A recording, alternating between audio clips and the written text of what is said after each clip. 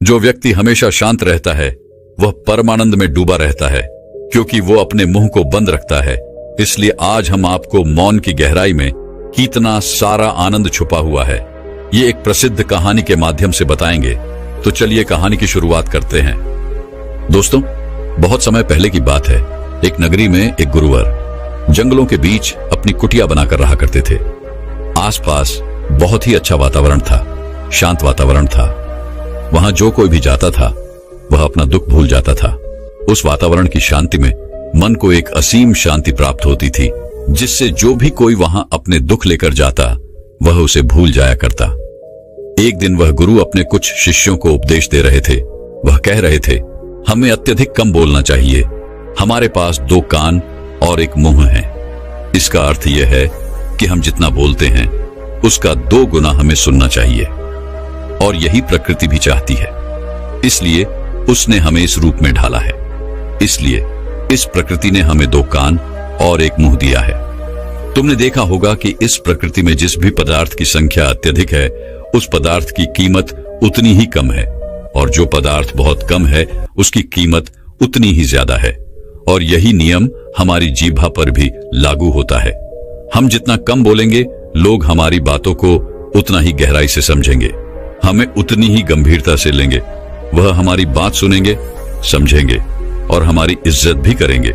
उन गुरु की यह बात सुनकर उन सभी शिष्यों में से एक शिष्य खड़ा हुआ और उसने उन गुरु से कहा है, गुरुवर, आपकी बातों को बीच में काटने के लिए क्षमा चाहता हूं, लेकिन मेरा एक प्रश्न है, क्या मैं आपसे पूछ सकता हूं? इस पर वह गुरुवर कहते हैं, अवश्य पूछो, तुम क्या पूछना चाहते हो? तभी शिष्य कहता है गुरुवर, यदि हम कम बोलेंगे तो हमारी बात सामने वाला किस तरह से समझ पाएगा? इस पर वह गुरुवर कहते हैं, तुम क्या कहना चाहते हो? तभी वह शिष्य उन गुरुवर से कहता है, गुरुवर, मान लीजिए कि मुझे किसी को उपदेश देना है और मैं उस उपदेश को थोड़ा ही बताता हूं, अर्थात कम बोलता हूं, तो भला वह उपदेश उन लोगों को किस तरह से समझ में आएगा?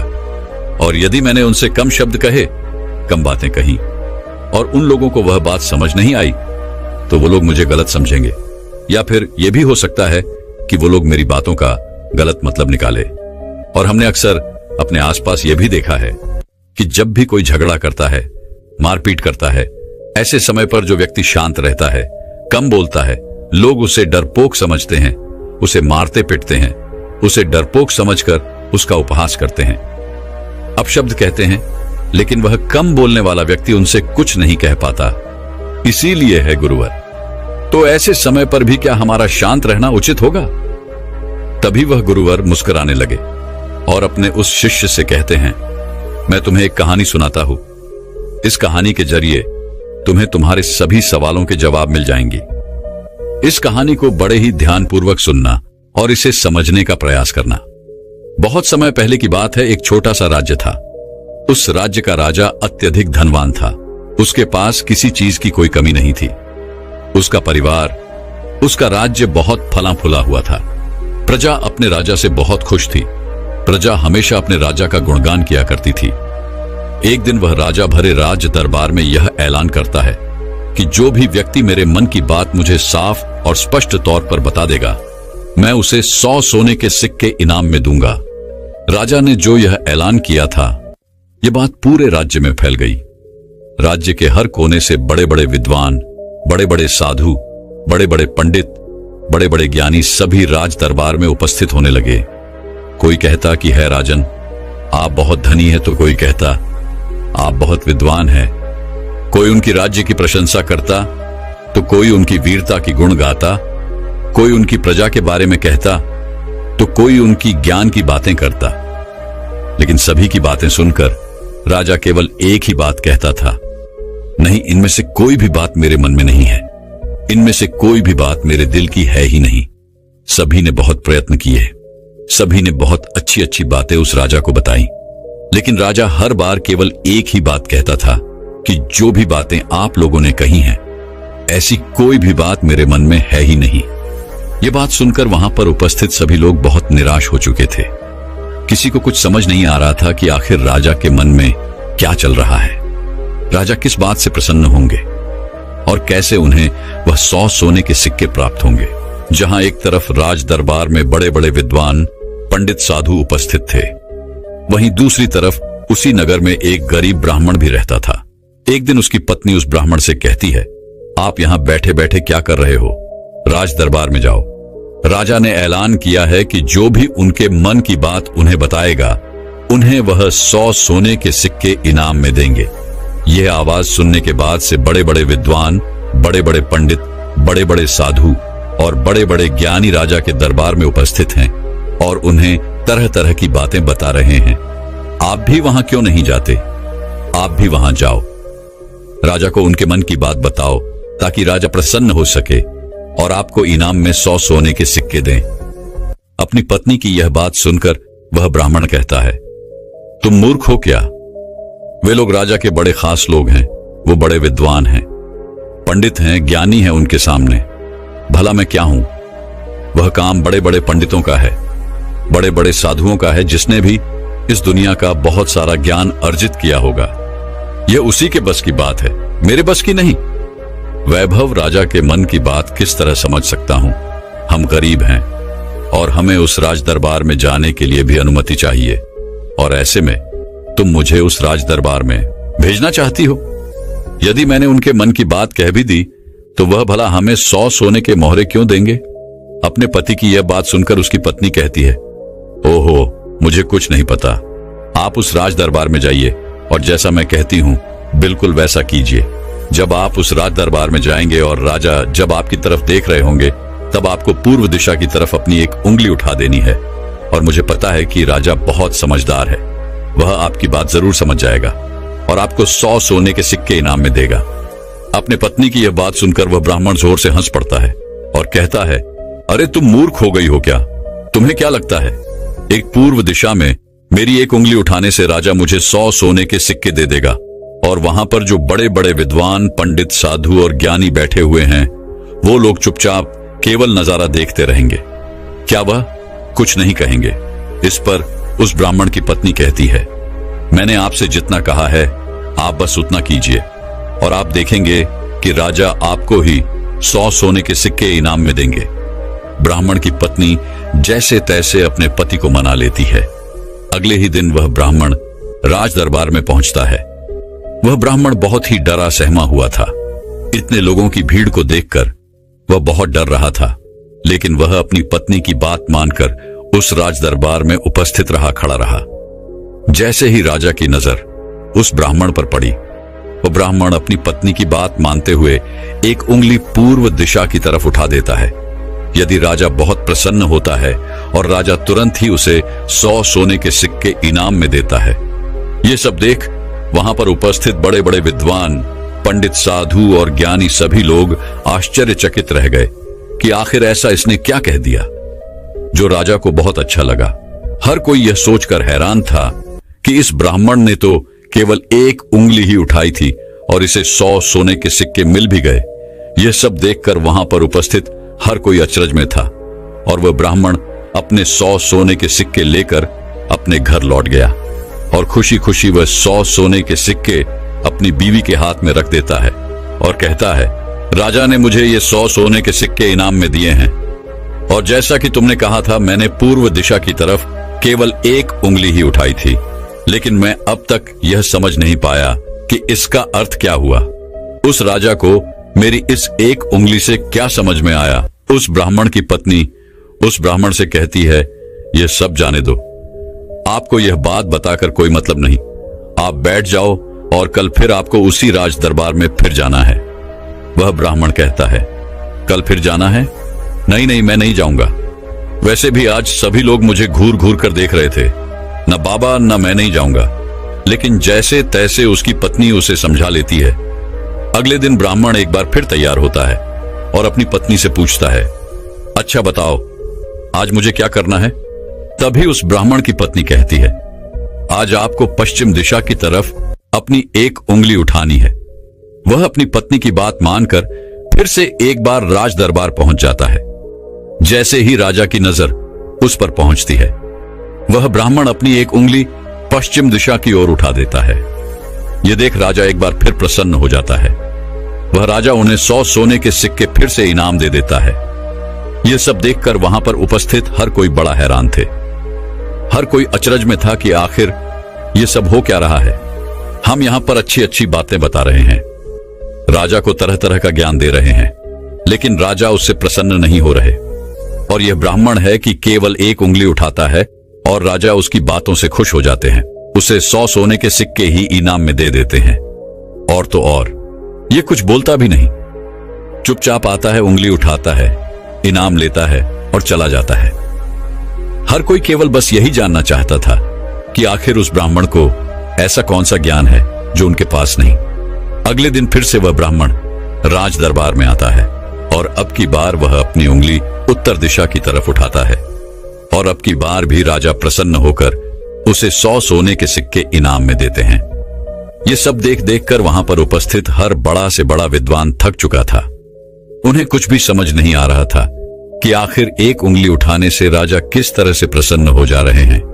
यह बात देखकर हर किसी ने यह तय किया कि अब यदि उंगली उठाने से ही उन्हें इनाम मिल सकता है तो वह राजा के सामने बड़ी बड़ी बातें क्यों करें, बड़ा बड़ा ज्ञान राजा को क्यों बताएं। उससे अच्छा है कि वो सब मिलकर एक ही दिशा की तरफ उंगली उठाएंगे।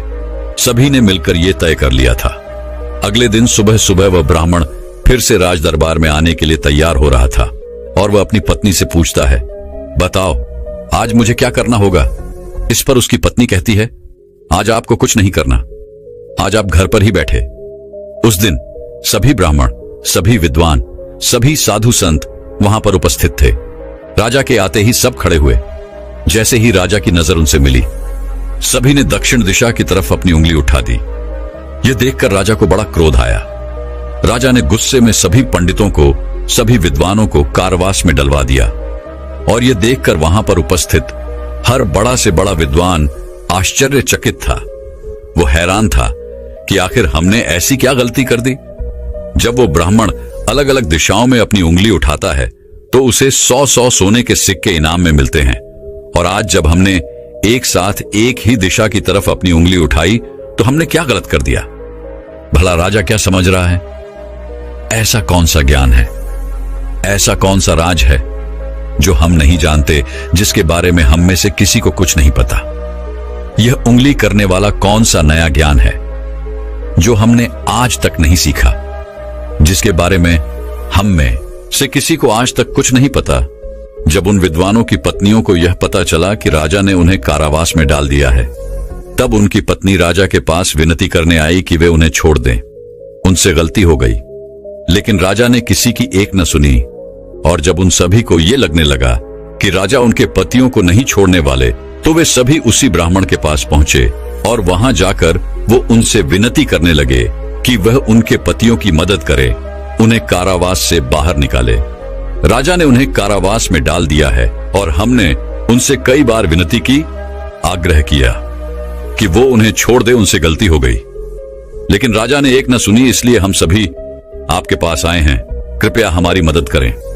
उस ब्राह्मण ने और उसकी पत्नी ने सारी बातें ध्यानपूर्वक सुनी। उसके बाद उस गरीब ब्राह्मण की पत्नी राज दरबार जाती है और जैसे ही राज दरबार में राजा की नजर उस गरीब ब्राह्मण की पत्नी पर पड़ती है तो राजा अपनी 2 उंगलियां खड़ा करता है और तभी वह ब्राह्मण की पत्नी अपने पैर पर ताली मारती है।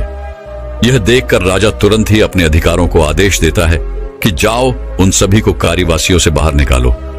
यह सब देखकर वहां पर जो उपस्थित पंडित थे, उनकी हैरानी का कोई ठिकाना नहीं रह गया था। उन्हें यह समझ ही नहीं आ रहा था क्या आखिर यह कौन सी विद्या है, यह कौन सा ज्ञान है। कभी वह ब्राह्मण एक उंगली खड़ी करता है, कभी राजा 2 उंगलियां खड़ी करता है और कभी यह ब्राह्मण की पत्नी अपने टांगों पर ताली पीटती है। आखिर ये सब चल क्या रहा है, आखिर ये सब हो क्या रहा है। सभी मिलकर यह तय करते हैं कि इसका जवाब तो हमें वह गरीब ब्राह्मण ही देगा। इसलिए सभी मिलकर उस गरीब ब्राह्मण के घर पहुंचते हैं और उन सभी पंडितों में से एक पंडित उन गरीब ब्राह्मण से कहता है, आप ही हमें बताइए, यह कौन सी विद्या है जो हम नहीं जानते। आपको भला राजा ने इतनी बार इनाम क्यों दिया, और जब हमने एक दिशा में उंगली उठाई तो हमें कारावास में डाल दिया, और जब हमारी पत्नियां हमें छुड़ाने आई, उन्होंने राजा से विनती की, राजा से आग्रह किया कि वह हमें छोड़ दें, लेकिन राजा ने उनकी एक न सुनी। और जब आपकी पत्नी उसी राज दरबार में आती है तो उनके केवल एक आदेश पर, उनके केवल एक इशारे पर राजा हमें कारावास से छोड़ देता है। आखिर यह सब हो क्या रहा है? आखिर आपने यह सब कैसे किया? क्या आप हमें भी यह ज्ञान दे सकते हैं? क्या आप हमें भी यह विद्या सिखा सकते हैं? उन सभी की यह बात सुनकर तो ब्राह्मण उन सभी से कहता है, इसमें मैंने कुछ नहीं किया है, यह सब तो मेरी पत्नी का किया धरा है। यह सब ज्ञान तो उसने ही मुझे दिया है और उसने जैसा मुझसे कहा मैं वैसा करता चला गया। तभी वो ब्राह्मण की पत्नी उन पंडितों से कहती है, मैंने पहले दिन अपने पति को कहा था कि वह पूर्व दिशा की ओर अपनी एक उंगली उठाए और उन्होंने बिल्कुल वैसा ही किया, क्योंकि राजा का पूरा राज्य पूर्व दिशा में फैला हुआ है और पूर्व दिशा में उनका यह राज्य अटल रहे। कुछ यही बात राजा के मन में भी चल रही थी, जो राजा के दिल की बात थी। इसीलिए राजा प्रसन्न हुआ और राजा ने मेरे पति को 100 सोने के सिक्के दिए। दूसरे दिन जब मेरे पति आए तो मैंने उन्हें कहा कि तुम आज के दिन पश्चिम दिशा की तरफ अपनी एक उंगली उठाना, जिसका अर्थ यह था कि आपका राज्य सूरज के उगने से ढलने तक के बीच में आप ही का राज्य रहेगा। यह बात राजा समझ चुके थे, क्योंकि राजा बहुत ज्ञानी है। इसी कारण राजा ने फिर से प्रसन्न होकर मेरे पति को 100 सोने के सिक्के दिए। तीसरे दिन मैंने अपने पति को यह कहा था कि वह उत्तर दिशा की ओर अपनी उंगली उठाए और इन्होंने राजदराबाद में बिल्कुल वैसा ही किया। उत्तर दिशा की तरफ उंगली उठाने का अर्थ यह था कि जिस प्रकार इस राज्य के जो पहले राजा थे उनका राज्य अटल था, ठीक उसी प्रकार आपका राज्य भी अटल रहेगा। और यह बात भी राजा के मन की ही थी, जिस कारण राजा ने प्रसन्न होकर उन्हें 100 सोने के सिक्के इनाम दिए। लेकिन चौथे दिन जब मेरे पति तैयार होकर राज दरबार के लिए निकल रहे थे, तब मैंने इन्हें मना कर दिया। मैंने इन्हें घर पर ही बिठा दिया, क्योंकि मैं जानती थी अब आगे हमें कोई भी सोने के सिक्के नहीं मिलने वाले। उनके मन की जो भी बातें थी वो हमने पहले ही कर दी थी। लेकिन उसी वक्त आप लोगों की मूर्खता के कारण आप सभी ने दक्षिण दिशा की तरफ उंगली उठा दी और इधर तो राजा रावण का राज्य चला गया। उसे मार दिया गया था, इसलिए राजा ने इसे एक गलत निर्देश समझा, एक गलत संदेश माना और आप सभी को कारावास में डाल दिया। तभी उन सभी पंडितों में से एक पंडित यह कहता है कि यह सब तो ठीक है, लेकिन आपने हमें बाहर कैसे निकाला, जबकि राजा ने तो हमें बाहर निकाले से मना कर दिया था। तभी वह ब्राह्मण की पत्नी कहती है, जब मैं अपने हाथों में चारा लेकर राज दरबार पहुंची तो राजा ने 2 उंगली खड़े कर दी और मैं उनका संदेश समझ चुकी थी। इसलिए मैंने अपने हाथों से अपने पैरों पर काली पीटी, जिसका अर्थ यह था कि यह तो केवल जानवरों की जैसे हैं, ये तो केवल खाने वाले हैं। राजा का अर्थ यह था कि जानवर 2 प्रकार के होते हैं, सिंह वाले और बिना सिंह वाले, और मेरे ताली पीटने का अर्थ यह था ये तो बिना सिंह वाले हैं और इनसे आपको कोई नुकसान नहीं, ये तो केवल खाने वाले जानवरों में से हैं, ये आपको कभी भी नुकसान नहीं पहुंचा सकते। और इसी कारण राजा ने आप सभी को कारावास से बाहर निकाल दिया। इतना कहकर उन गुरु ने अपनी यह कहानी यहीं पर समाप्त कर दी और आगे वह अपने शिष्यों को उपदेश देते हुए कहते हैं कि हम कम से कम शब्दों में भी किसी को बड़ा से बड़ा ज्ञान दे सकते हैं। इससे यह भी साबित होता है कि हम कम से कम शब्द बोलकर अपना ज्ञान किसी को भी समझा सकते हैं। लेकिन यहां पर एक बात और समझने वाली यह है कि जो ज्ञान अर्जित कर रहा है, जिसे हम यह ज्ञान दे रहे हैं, वह अभी उस ज्ञान को समझने वाला होना चाहिए, ज्ञानी होना चाहिए। तभी तो ज्ञान देने का हमारा मकसद पूरा हो सकेगा। अन्यथा हम चाहे कितने भी शब्द बोले, उसे कितना भी समझा ले, उसे कितना भी ज्ञान क्यों ना दे दे, हमारा मकसद कभी पूरा नहीं हो पाएगा, क्योंकि वह हमारी बातें कभी समझ ही नहीं पाएगा। वह तो एक जानवर की तरह होगा जिसे ज्ञान देकर हमारा कोई लाभ नहीं होगा। अज्ञानी को ज्ञान देकर हमें कोई लाभ नहीं। हां, यदि आप अज्ञानी को ज्ञान देना ही चाहते हैं तो इसका अर्थ यह नहीं कि आप ज्यादा शब्दों का उपयोग करें। आप बहुत कम शब्दों में भी उसे वह ज्ञान दे सकते हैं। आगे वह गुरुवर अपने सभी शिष्यों से कहते हैं कि हमें अपने जीवन में इन 5 परिस्थितियों में हमेशा चुप रहना चाहिए।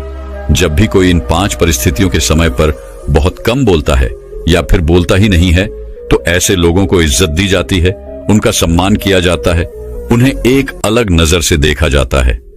ऐसे लोगों को लोग ज्ञानी समझते हैं, क्योंकि उन्हें पता है कब और कहां बोलना है और कितना बोलना है। सबसे पहली बात बताते हुए वह गुरुवर कहते हैं कि जब कोई व्यक्ति तुम्हारी भावनाओं को, तुम्हारे शब्दों को नहीं समझ पा रहा, ऐसी परिस्थिति में इंसान का चुप रहना ही उचित है, क्योंकि हम में से अधिकांश से लोग बेवजह ही अपने दुख, अपनी पीड़ाएं, अपनी तकलीफें लोगों के साथ साझा करने की आदत होती है। लेकिन वो यह नहीं जानते कि जिन्हें वो अपनी तकलीफें साझा कर रहे हैं उन्हें आपकी तकलीफों से कोई मतलब नहीं। वह तो आपकी तकलीफों का फायदा उठाना चाहते हैं। वह तो आपकी तकलीफों को सुनकर मन ही मन में खुश हो रहे हैं, क्योंकि उन्हें अब यह पता चल चुका है कि जितना कुछ वो आपको समझते थे, जितना सुखी वो आपको समझते थे, आप अंदर से उतने सुखी हैं नहीं। आपका सुख चैन लुट चुका है और यह जानकर उन्हें बहुत प्रसन्नता होती है। वह बहुत खुश होते हैं और ऐसे समय पर वह आपका साथ भी छोड़ देते हैं, क्योंकि कोई भी एक दुखी व्यक्ति के साथ रहना पसंद नहीं करता।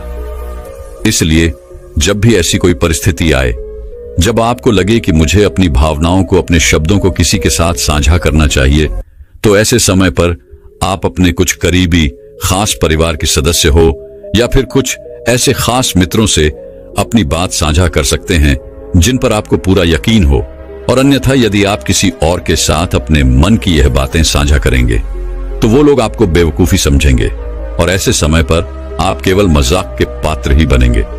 दूसरी जगह जहां पर हमें चुप रहना चाहिए, जब हमें किसी विशेष मौके के बारे में अधूरी जानकारी हो, किसी विशेष घटना के बारे में जब हम नहीं जानते, जब हमें अधूरा ज्ञान हो, तो ऐसे मौके पर हमेशा चुप रहना चाहिए। हम में से अधिकांश लोगों को यह शौक होता है कि वे अपने ज्ञान का प्रदर्शन करें, लेकिन अधिकांश लोगों को आपने देखा होगा कि उन्हें उस विषय के बारे में अधूरा ज्ञान होता है, जिस कारण वह हर समय लोगों के बीच मजाक का पात्र बनते हैं। लोग उनकी खिल्ली उड़ाते हैं, उनका मजाक बनाते हैं, और ऐसे व्यक्तियों को लोग कभी गंभीरता से नहीं सुनते, उन्हें कभी गंभीरता से नहीं लेते। जो भी बातें हमने इधर उधर से सुनी है, जिनका हमें ज्ञान नहीं है, उन बातों को लेकर हमें कभी भी दूसरों को नहीं समझाना चाहिए, ना ही अपनी बातों को दूसरों से मनवाना चाहिए। आगे गुरुवर अपने शिष्यों को तीसरी बात बताते हुए कहते हैं, जब कोई इंसान किसी दूसरे व्यक्ति की बुराई कर रहा हो तो ऐसे समय पर तुम्हें चुप रहना चाहिए, क्योंकि ऐसा व्यक्ति कभी किसी का नहीं होता। तुम जिस नकारात्मक बातों का हिस्सा बनने जा रहे हो, वह नकारात्मक बातें तुम्हारे मन में प्रवेश करती चली जाएंगी और धीरे धीरे यह नकारात्मक बातें तुम पर हावी होने लगेंगी और फिर तुम भी उसी की तरह नकारात्मक बातें सुनने लगोगे, सोचने लगोगे और करने लगोगे। इसीलिए कभी भी इन चीजों का हिस्सा न बने, क्योंकि जो व्यक्ति तुम्हारे सामने किसी तीसरे व्यक्ति की बुराई कर रहा है, ऐसा जरूरी नहीं कि वो तुम्हारी बुराई उस तीसरे व्यक्ति के सामने न कर रहा हो।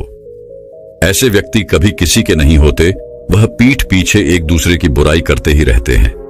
इसलिए जब भी कोई व्यक्ति तुम्हारे सामने किसी तीसरे व्यक्ति की बुराई कर रहा हो, तो तुम्हें उसकी बातें केवल ध्यानपूर्वक सुननी है, लेकिन उस पर कोई भी प्रतिक्रिया नहीं देनी। आगे वह गुरुवर अपने शिष्यों को अगली बात बताते हुए कहते हैं, जब कोई व्यक्ति तुम पर गुस्सा कर रहा हो, तुम पर चिल्ला रहा हो, तुम्हारा अपमान कर रहा हो, तुम्हें अपशब्द कह रहा हो, ऐसे वक्त पर तुम्हें शांत रहना चाहिए, चुप रहना चाहिए, क्योंकि तुम्हारे मौन से बड़ा और कोई हथियार नहीं। तुम चुप रहकर उसके सभी सवालों का जवाब उसे दे सकते हो, और तो और तुम चुप रहकर उसके गुस्से को शांत करने में उसकी मदद भी कर सकते हो, और ऐसा करने से तुम इस परिस्थिति को और बिगड़ने से बचा सकते हो। और देखना, जब गुस्सा करने वाला व्यक्ति शांत होगा, जब उसका गुस्सा शांत हो जाएगा, तो उसे अपनी गलती का एहसास भी होगा और वह तुमसे माफी भी मांगेगा। इसलिए तुम्हें ऐसे जगहों पर चुप रहना चाहिए, किंतु तुम्हें हर जगह पर चुप भी नहीं रहना चाहिए। जब तुम्हें लगे कि कोई व्यक्ति गलत कर रहा हो, तो उसका विरोध कर शांत मत रखो, क्योंकि यदि तुम ऐसी परिस्थिति में चुप रहोगे तो वह तुम्हें कमजोर समझेगा, तुम्हें डरपोक समझेगा और तुम्हारे इस कमजोरी का फायदा भी उठाएगा। गुस्से का ये जो तरीका है, ये केवल अपनों के साथ ही अच्छा है, जैसे तुम्हारा परिवार, सगे संबंधी, तुम्हारे खास मित्र, लेकिन हर इंसान के सामने तुम्हें ऐसे नहीं रहना। यदि तुम्हारे साथ कोई गलत कर रहा हो, तो इसका जवाब तुम्हें उसे अवश्य देना चाहिए।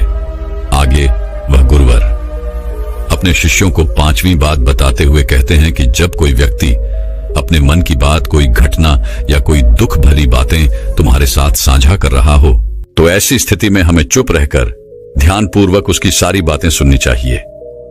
आपने तो देखा ही होगा, जब हम अपनी परेशानी किसी के साथ साझा कर रहे होते हैं, उसी वक्त हमारा कोई ऐसा मित्र या फिर कोई ऐसा सगा संबंधी अवश्य होता है जो हमारी बात पूरी करने से पहले हमें समाधान देना शुरू कर देता है। और जब कोई ऐसा करता है तो हमारे मन में क्रोध उत्पन्न होता है। हम उस व्यक्ति से बात तक करना पसंद नहीं करते, जबकि ऐसी परिस्थिति में हमें शांत रहना चाहिए, क्योंकि सामने वाला हमसे यही उम्मीद करता है। हम शांत रहकर उसकी सारी बातें ध्यानपूर्वक सुने, जिससे जब वह अपनी बात पूरी करे तो उसे शांति का अनुभव हो। और जब हम ऐसा करते हैं तो उसके मन में हमारे लिए और भी इज्जत बढ़ जाती है। वह यह जान पाता है कि कोई तो है जो हमारी बातें सुनता है, हमें समझता है, जिससे वह तुम्हारी और भी इज्जत करता है, वह तुम्हारा और भी सम्मान करने लगता है। इसलिए ऐसी परिस्थितियों में हमें चुप रहना चाहिए। इतना कहकर वह गुरुवर आगे कहते हैं कि इन 5 स्थितियों को हमेशा याद रखना, और यहाँ पर इंसान को हमेशा कम ही बोलना चाहिए, क्योंकि इंसान एक दुकान की तरह है और दुकान का ताला है हमारी जीभा। और जब इस ताले से हमारी दुकान खुलती है, अर्थात हमारे अंदर की बातें जब बाहर आती हैं, तभी पता चलता है कि यह इंसान अंदर से कोयले का है या फिर सोने का। इसीलिए कम बोलें, लेकिन अपने शब्दों की कीमत बढ़ा दे। और यह तभी होगा जब आप हर परिस्थितियों में सोच समझकर बोलेंगे, कम बोलेंगे और उचित बोलेंगे। तो चलिए दर्शकों, अब हर व्यक्ति का कर्म कैसे वापस लौट के आता है, इस विषय पर एक अद्भुत अगली कहानी की शुरुआत करते हैं। दोस्तों, कहा जाता है कि कर्म किसी मनुष्य का मोहताज नहीं होता, बल्कि हम मनुष्य कर्मों के मोहताज अवश्य होते हैं, क्योंकि कर्म सर्वोपरि है, सर्वश्रेष्ठ है। और यदि कोई मनुष्य ये सोचता है कि वो कोई कर्म नहीं करता, तो ये उसकी सबसे बड़ी भूल है, क्योंकि बिना कर्म के कोई भी मनुष्य एक पल के लिए भी जीवित नहीं रह सकता। क्योंकि यह संसार इसी तरह से बनाया गया है, और इस संसार में हर एक मनुष्य अपना कर्म अवश्य करता है, वो चाहे या ना चाहे, लेकिन उसे कर्म तो करने ही पड़ते हैं, और ये जरूरी भी है। और ऐसा कोई जरूरी नहीं है कि हर मनुष्य रोज रोज पूजा पाठ करे, मंदिर जाए, दान दक्षिणा दे, बल्कि जरूरी तो यह है कि वो इंसान कुछ ऐसे कर्म करे कि जहां पर भी वो जाए लोग उसका सम्मान करें, उसका आदर करें। और जो कोई मनुष्य प्रकृति के हर एक नियमों का पालन करता है, वह परमात्मा के करीब होता है। और यदि परमात्मा भी इस संसार में जन्म लेते हैं, तो उन्हें भी इस संसार के नियमों का पालन करना ही पड़ता है। उन्हें अपने जीवन में कर्मों को करना ही पड़ता है। इससे कोई मुक्त नहीं हो सकता, क्योंकि यही इस संसार का नियम है। पर यहाँ पर कर्म भी 2 प्रकार के होते हैं, अच्छे और बुरे। यदि कोई अच्छा मनुष्य है, जिसकी सोच अच्छी है, सकारात्मक है, जो लोगों के प्रति दया का भाव रखता है, वह मनुष्य हमेशा अच्छे कर्म करता है। वहीं पर जिस मनुष्य के अंदर द्वेष है, घृणा है, लालच है, जो लोगों के प्रति ईर्ष्या रखता है, वह बुरे कर्म करने से पीछे नहीं हटता। हमें अपने जीवन में अच्छे कर्मों को अपनाना चाहिए और बुरे कर्मों का त्याग करना चाहिए, क्योंकि हमारे अच्छे कर्म हमें प्रकृति की दिशा में ले जाते हैं, और वहीं पर बुरे कर्म मनुष्य के पतन की ओर ले जाते हैं। कोई भी व्यक्ति हो, उसके अच्छे और बुरे दोनों ही कर्म उसे इसी संसार में भोगने पड़ते हैं। परमात्मा कभी हमें कोई सजा नहीं देते, बल्कि हम जैसे कर्म करते हैं वैसे ही फल हमें मिलते हैं। यदि कर्म अच्छे होंगे तो उनका फल आपको अवश्य मिलेगा, और यदि कर्म बुरे होंगे तो उसकी सजा भी आप ही को भोगनी पड़ेगी। आपके जीवन में भी कई बार ऐसी घड़ी आई होगी जब आपने असमंजस में कोई फैसला ले लिया होगा, लेकिन वह फैसला प्रकृति के खिलाफ होगा। और आप जब यह फैसला ले लेते हैं तो आप इससे संतुष्ट नहीं रहते। आपके मन में एक तनाव रहता है, एक डर रहता है कि हमने जो फैसला लिया है वह सही है या गलत। इसलिए जरूरी यह है कि आप अपने कर्म को समझें, उस पर विचार करें और फिर उसी के अनुरूप काम करें। इस तरह से आप अपने जीवन को बेहतर दिशा दे सकते हैं। आपका जीवन एक बेहतर दिशा की तरफ आगे बढ़ सकता है। जिस सफलता के पीछे हम लगातार भागते रहते हैं, उनके पीछे भी हमारे कर्म ही है। यदि हम अच्छे और सही कर्म करेंगे तो हमें सफलता भी निश्चित तौर पर मिलेगी, क्योंकि वास्तविकता तो यही है, सफलता आपके कर्मों में है, बल्कि फल में नहीं। जो आपको खुशी का एहसास दिलाती है, जो आपको यह अनुभव कराती है कि आपने जो कर्म किए हैं वह अच्छे हैं, जिस कारण आप बहुत अच्छा महसूस कर पाते हैं। और यदि आप अपने जीवन में किसी लक्ष्य का पीछा कर रहे हैं, यदि आप अपने लक्ष्य में आप सफलता पाना चाहते हैं, तो आपको अपने कर्मों पर तो ध्यान देना ही होगा, अपने कर्मों को समझना होगा, क्योंकि ये सारा खेल कर्मों का ही तो है। जिस प्रकार यदि आप किसी लक्ष्य का पीछा कर रहे हैं, उसे पाने की कामना रखते हैं, तो उसके प्रति आपको अच्छे कर्म भी करने होंगे। अन्यथा आप यह सोचते हैं कि केवल सोचने मात्र से आप उस लक्ष्य को हासिल कर लेंगे, तो ऐसा नामुमकिन है। तो दोस्तों, आज की यह जो कहानी है, ये कर्मों के सिद्धांतों के बारे में ही है, और ये सिद्धांत हमारे जीवन में किस तरह से काम करते हैं, इन्हीं के बारे में आज की यह छोटी सी कहानी आपको यह सिखाएगी कि आपके कर्म किस तरह से आपके जीवन पर प्रभाव डालते हैं। एक समय की बात है, एक नगरी में एक महान बौद्ध भिक्षु प्रवचन दे रहे थे। वहां पर सभी लोग उपस्थित थे। जैसे ही प्रवचन समाप्त हुआ, उन प्रवचन सुनने वालों में से एक व्यक्ति ने उन बौद्ध भिक्षु से कहा, है गुरुवर, मेरे मन में एक प्रश्न है, यदि आपकी आज्ञा हो तो मैं आपसे पूछना चाहता हूं। इस पर वह बौद्ध भिक्षु उस व्यक्ति से कहते हैं, हां जरूर पूछिए, आपका क्या प्रश्न है। इस पर वह व्यक्ति उन बौद्ध भिक्षु से कहता है गुरुवर, मैं अपने जीवन में सभी कार्य करता हूं, मैं कभी किसी का बुरा नहीं सोचता, बुरा नहीं करता, फिर भला मेरे साथ बुरा क्यों होता है। मैंने तो किसी का बुरा नहीं किया, मैं हमेशा अच्छे कर्म करने की तलाश में रहता हूं, मैं हमेशा अच्छे कर्म करता हूं, फिर भला मेरे साथ ऐसा क्यों होता है, मुझे हमेशा दुख क्यों झेलना पड़ता है। जब मैं कुछ बुरा करता ही नहीं हूं, तो फिर भला मेरे ऊपर दोष क्यों मार दिया जाता है। क्या आप मुझे यह बता सकते हैं कि मेरे कर्म सही हैं या गलत? क्या आप मुझे कर्मों के बारे में स्पष्ट तौर पर समझा सकते हैं? क्या आप मुझे कर्मों के उन सिद्धांतों के बारे में बता सकते हैं जिसकी मदद से मैं अपने कर्मों को और सुधार सकूं? मैं यहां पर यह जानने आया हूं कि मेरे इतने अच्छे कर्म करने के बाद भी मुझे दुख क्यों मिलता है, मुझे हमेशा तकलीफें क्यों उठानी पड़ती हैं। और मैंने तो यह भी देखा है कि जो मनुष्य दूसरे को तकलीफ देता है, दूसरों के प्रति मन में ईर्ष्या रखता है, वह हमेशा खुश रहता है, उसके साथ हमेशा अच्छा होता है। ऐसा क्यों? उस व्यक्ति की सारी बात उन बौद्ध भिक्षु ने बड़े ही ध्यानपूर्वक सुनी, और उसके बाद उन्होंने उस व्यक्ति से कहा, अच्छा, तुम्हें ऐसा क्यों लगता है कि तुम अच्छे कर्म कर रहे हो, और जो तुमने अच्छे कर्म किए हैं उसका फल भी तुम्हें नहीं मिला। और जैसा कि तुमने कहा, तुमने कुछ ऐसे लोगों को भी देखा है जो बुरे कर्म करते हैं, लोगों के प्रति ईर्ष्या रखते हैं, द्वेष रखते हैं, उन्हें उनके कर्मों का फल बुरा नहीं मिल रहा। इस पर वह व्यक्ति कहता है गुरुवर, मैंने कभी किसी का बुरा नहीं चाहा, न ही किसी का बुरा किया है, तो ये मेरे अच्छे कर्म ही तो किए हैं। इस पर वह बौद्ध भिक्षु मुस्कुराने लगे और उस व्यक्ति से कहते हैं, आज मैं तुम्हें कुछ ऐसे सिद्धांत बताने वाला हूं जिनके बारे में तुम्हें जानना आवश्यक है। कर्म किस तरह से काम करते हैं और इनका हमारे जीवन पर क्या प्रभाव पड़ता है, ताकि हम अपने जीवन से कुछ सीख सकें, अपने जीवन को एक सही दिशा दे सकें, और हम अपने इस जीवन को अपनी इच्छा अनुसार जी सकें। क्योंकि आप में से कईयों ने यह सुना होगा कि हमारे कर्म ही हमारा भाग्य है।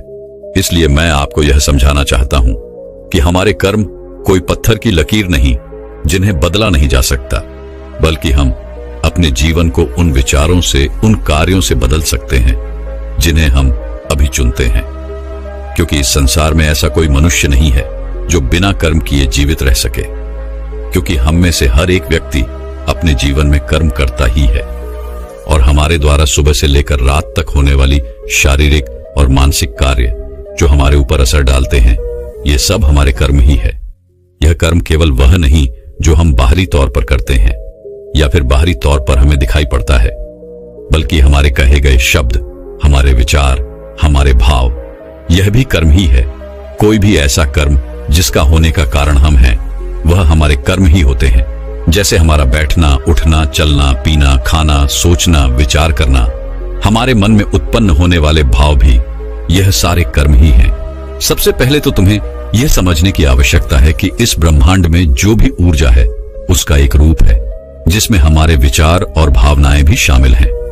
जो निरंतर चलता रहता है। और फिर जब हम अपने विचार, अपनी भावनाओं को इस ब्रह्मांड की ओर छोड़ते हैं, चाहे वह अच्छे हों या बुरे, वह ऊर्जा कभी नष्ट नहीं होती, बल्कि यह तो किसी न किसी रूप में हमारे पास वापस लौट कर आती है। और यदि यह ऊर्जा सकारात्मक होगी तो इसका परिणाम आपको सकारात्मक मिलेगा, और वहीं पर यदि यह ऊर्जा नकारात्मक होगी तो इसका परिणाम आपको नकारात्मक ही मिलेगा।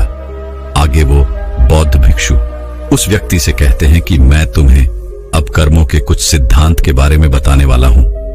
जीने जानने के बाद तुम्हें यह स्पष्ट हो जाएगा कि तुमने अच्छे कर्म किए या बुरे, और यह कर्म हमारे जीवन में किस तरह से असर डालते हैं, हमारे जीवन पर इसका किस तरह से प्रभाव पड़ता है।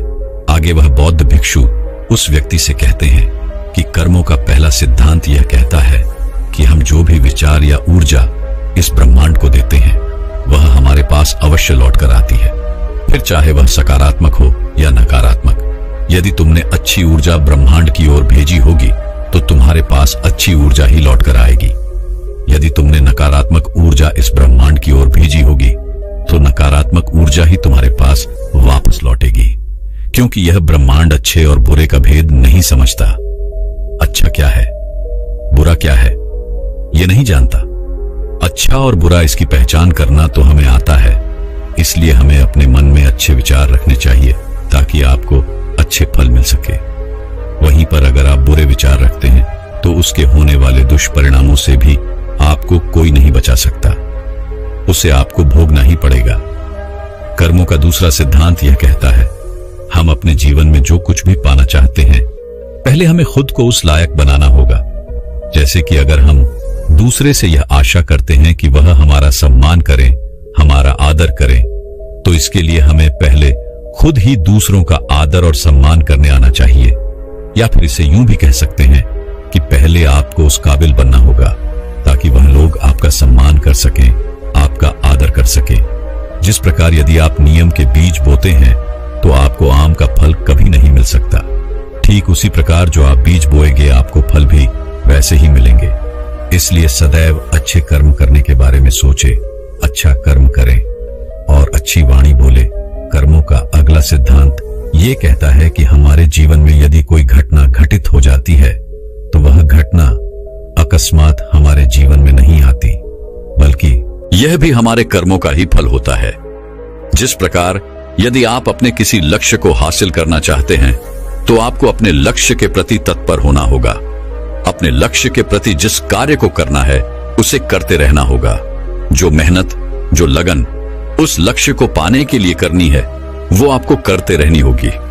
उस संघर्ष का सामना भी आपको करना होगा, तब जाकर आप कहीं उस लक्ष्य तक पहुंच सकेंगे। क्योंकि हमारा यह जीवन संघर्षों से भरा हुआ है और हमें यदि कोई अच्छी चीज प्राप्त करनी है तो हमें संघर्ष तो करने ही पड़ेंगे।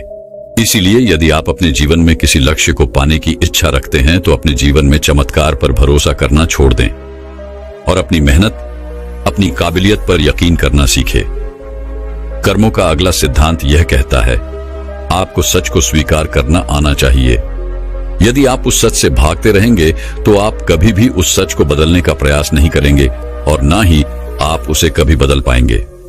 मान लीजिए कि आपको सुबह देरी से उठने की आदत है और यदि आप इस सच को स्वीकार नहीं कर सकते तो आप कभी भी इसे बदल नहीं सकते। वहीं पर अगर आप इसे स्वीकार करते हैं और इसे बदलने की मन में ठान लेते हैं तो आप इसे अवश्य ही बदल कर रहेंगे। इसलिए अपने जीवन में अपने आप से कभी झूठ मत कहिए। आपके जीवन में जो भी कड़वी सच्चाइयां हैं उसे स्वीकार कीजिए, तभी आप उनका सामना कर सकेंगे, उन्हें बदल सकेंगे। इसलिए हमें सच को स्वीकार करते हुए आगे बढ़ना चाहिए। इसके अलावा हमारे पास और कोई उपाय नहीं है। यदि आगे बढ़ते हुए आपसे कोई गलतियां भी हो जाएं, तो इसे स्वीकार कीजिए और उसे सुधारने की कोशिश कीजिए, क्योंकि ऐसे लोग ही अपने जीवन में हर उस ऊंचाइयों को हासिल कर पाते हैं जिनकी वो कामना रखते हैं। कर्मों का अगला सिद्धांत ये कहता है कि अपने जीवन में निरंतर प्रयास करते रहिए, क्योंकि निरंतर प्रयास करते रहना ही वह मार्ग है जिससे हम सफलता को हासिल कर सकते हैं। और यह तभी संभव है जब समय के साथ खुद को बदलने के लिए आप तैयार हो, क्योंकि बदलाव ही इस सृष्टि का नियम है और यह बदलाव किसी और से नहीं बल्कि आपसे शुरू होता है, आपके भीतर से शुरू होता है।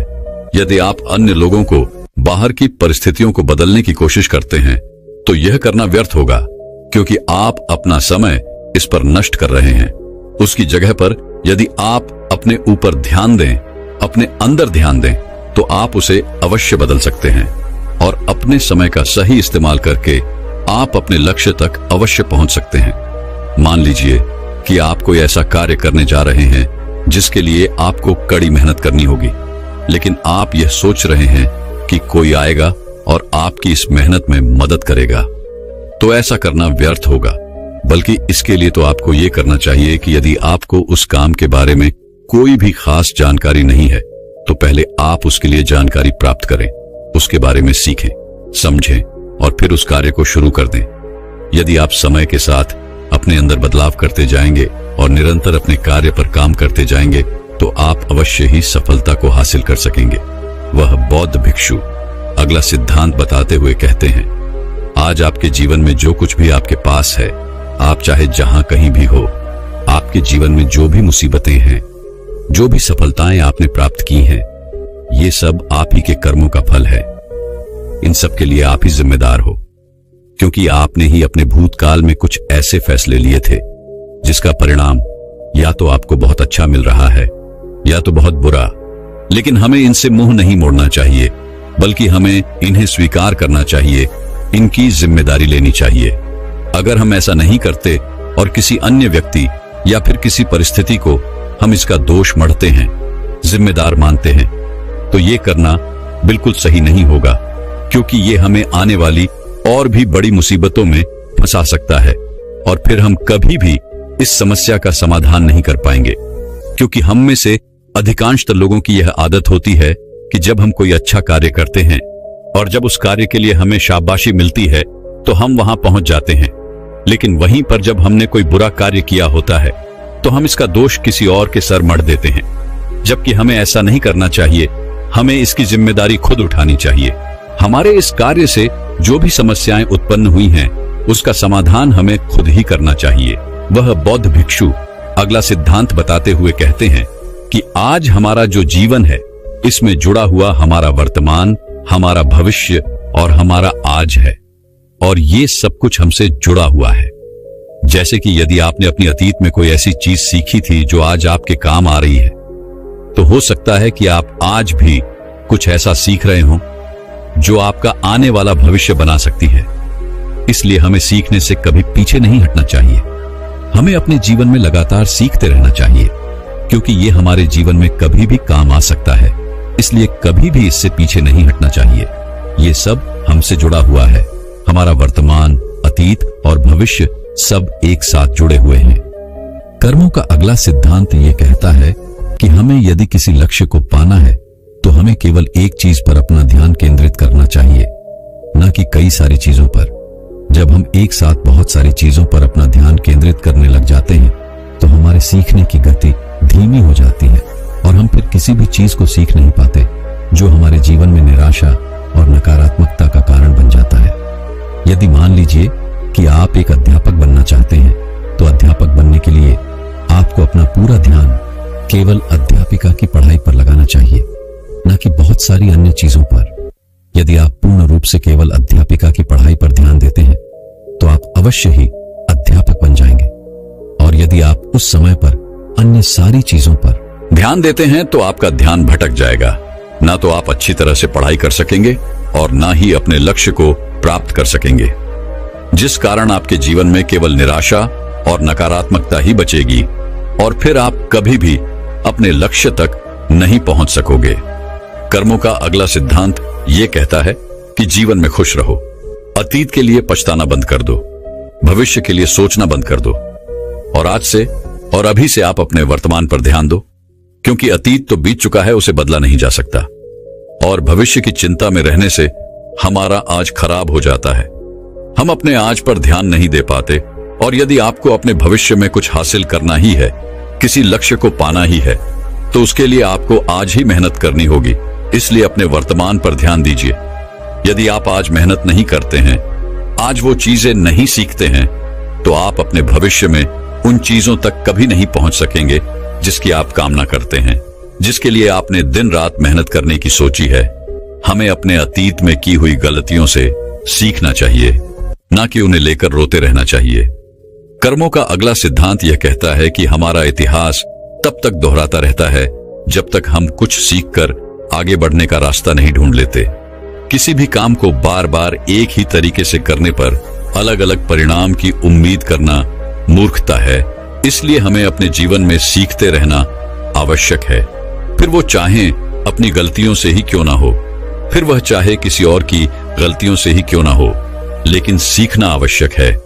अपने जीवन में बदलाव लाना आवश्यक है, अन्य रास्तों की खोज करना आवश्यक है। मान लीजिए कि आप किसी ऐसे रास्ते पर चलना चाहते हैं जहां पर कई सारे कांटे हैं, और आपके पास जो ज्ञान है वो यही कहता है कि आपको इसी रास्ते से आगे बढ़कर जाना होगा। तो आप जब भी उस रास्ते से आगे बढ़ेंगे तो आपके पैरों में कांटे तो अवश्य चुभेंगे, जिससे आपको तकलीफ भी होगी और आप उस रास्ते पर चलने से डरेंगे भी, और उसका परिणाम भी आपको कुछ खास नहीं मिलेगा। लेकिन यहीं पर आप यदि अपनी इस गलती से सीख लें तो आप ये समझ सकते हैं कि आप कोई और रास्ता ढूंढ सकते हैं अपने उस मंजिल तक पहुंचने के लिए जहां पर कांटे ना हो, और वह रास्ता भी आपके लिए सही हो। क्योंकि एक ही गलती बार बार दोहराना आपको कभी भी अपने लक्ष्य तक पहुंचने नहीं देगा। इसलिए अपने रास्तों को बदलकर देखना भी जरूरी है। अपनी गलतियों से सीखना और उन्हें सुधारना भी बहुत जरूरी है। आखिरी सिद्धांत यह कहता है, हमारे जीवन में होने वाले बड़े बदलाव, इनके लिए थोड़ा समय लगता है। इसलिए जीवन में बड़ी सफलता लगातार प्रयास करते और लंबे समय तक धैर्य रखने से मिलती है।